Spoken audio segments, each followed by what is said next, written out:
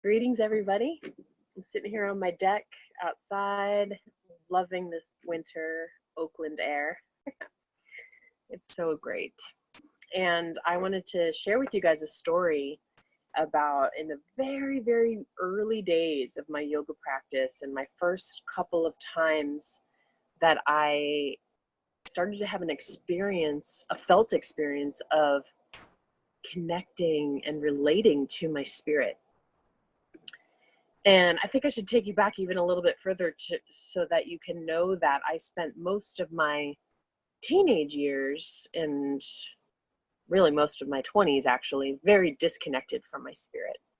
Um, she had been driven way out of my body from all kinds of different life experiences that I had had, traumatic experiences, mental health issues in my family, uh, lots of negative self-talk. I had a terrible self-esteem. I had dances with eating disorders, bulimia, and binge eating disorders. And so all of those kinds of behaviors really and experiences and more, now that I'm thinking about it, drove my spirit out of my body. And that's what happens sometimes. Our spirits move out because it's no longer a safe or comfortable home to live in inside. And so anyways, yesterday morning, I just woke up. I had a dream about an old boyfriend, a college boyfriend. It wasn't a very exciting dream, but it did take me back to these memories of this time in my life when I started to sort of wake up again in my spirit. And I had started my yoga practice maybe when I was about 18. I found some of my Iyengar classes and I loved them. I didn't do it like very religiously at that time, but I did study Iyengar through college off and on. And I remember this one night I was walking home from the movie theater, and I used to love to go to movies by myself before I was a mom. Now I don't do anything by myself, but yeah, I used to love that. And this one night, I remember I went to school in Michigan and it was freezing. I had my fake fur coat. I used to wear a lot of fake fur when I was in my 20s, and a lot of vintage. And I had this like fake fur. I remember walking home. I had seen this really great movie, and it was the winter sky. And I remember looking at the sky and feeling the wind on my face. I had this very deeply like sensual experience of being embodied, being in my body, in feeling, connected to my heart, because this movie had really inspired me. And just like walking by myself, and that I think it was like my spirit sort of flickering in. And yeah, and now I feel like it's my forest yoga practice that has really taught me how to not just have those experiences by chance in the moment, but actually how to develop and deepen my relationship with my spirit and how to romance my spirit. I mean, even when I get dressed in the morning, like when I put my pink disco ball earrings on, I like to romance my spirit. What will sparkle up my spirit? What does she want to wear today? And that's just one of many things that I do to relate to my spirit. But this brings me to talk about my upcoming workshop that I'm teaching at Interstellar on New Year's Day.